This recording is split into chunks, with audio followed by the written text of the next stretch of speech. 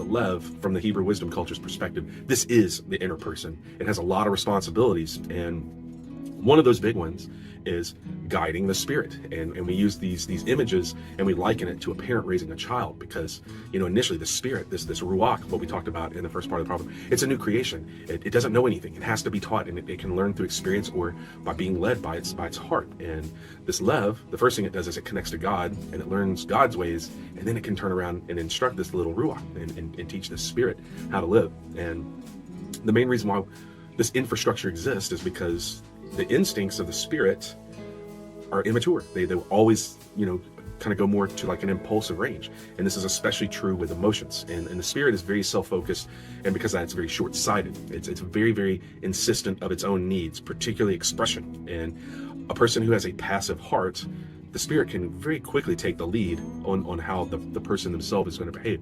And the spirit leading the person is great after that spirit has been matured, but it's absolutely terrible when that spirit has not been matured and it has not been properly raised by the Lev. And it's the idea is it's the same reason why we don't let a toddler drive the car. It's going to end up in the ditch, and we cannot allow an immature spirit to lead either. And the Lev, the heart, is capable of more discipline initially. Spirit can become disciplined over time, but the Lev, the heart, this houses a person's will, their determination, and this is what's going to enact the goals and override the spirit's worst instincts. And when the Lev is committed to God's ways, the spirit will experience these benefits, and then that's when the spirit will buy in and start to also change its posture. And we discussed in our last video the heart as a part of the mouth, and the mouth is a part of the heart. So the heart has its own unique challenges when it comes to speech, because this is the storehouse, and it's got to maintain what's actually in there. But it's also got a second job with speech, and there's a face down this challenger that every person faces. And the Hebrew wisdom culture calls this phenomenon the lashon hara, the evil tongue. And it's a natural inclination that every single person alive has to speak in a harmful way. And any person who relaxes their defenses or doesn't take this seriously, they're going to become the victim of the lashon hara, and then they're going to turn around and victimize others. And there's lots of categories of what is called lashon hara, but it's basically anything that's negative or hurtful or can cause harm. So stuff like gossip and slander, insulting people, embarrassing someone, mocking someone, using curse words, having a harsh tone, screaming, calling names, telling tacky jokes, going for emotional low blows, basically cruelty of any kind. All of these fall into this realm of negative speech called lashon hara. And lashon hara is going to attack each of the three constituent parts of the peh, the mouth, which is why we work at identifying them.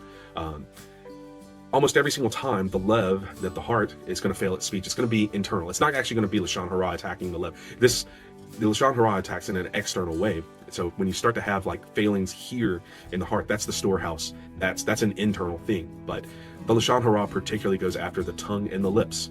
So how we craft our speech and our discretion of to say it or not. So how we phrase it and if we vocalize it. And the only people who can deal with lashon hara successfully, they have a strategy that they determined ahead of time. And anytime you are speaking, you have this brief moment where there is a chance to pause and consider the consequences. And the person who is developing their Lev in this way, they're going to always think about that. The person who either doesn't have a strategy or doesn't know that this battle is going on, they're going to have this tendency to just step right into the snare, the mokesh. And the best hedge against all of this is to develop lashon tov, a good tongue. So this is a predetermined posture where you want to say uplifting things and you don't want to say harmful things at all. And you have to recognize that this whole arena, speech, this is the battlefield. This is where the primary place where someone's going to have folly. And this proverb states it very plainly. It's the nefesh that bears the consequences. So that means that speech is also partially spiritual, and this Lev must be the one who's up to the task. And so the Lev stores the emotions, it controls the spirit, it's the base of the entire mouth unit. This is the part that connects to God. This is what defends the spirit, even from its own weaknesses, and the heart is the guardian. So good speech always starts there. And the Lev fights the lashon hara by overruling the tongue and the lips. And that only happens if the Lev is engaged and even knows that a fight is occurring. And the success or failure here determines if the nefesh, the nafsho, his soul, is ensnared or if it walks in freedom.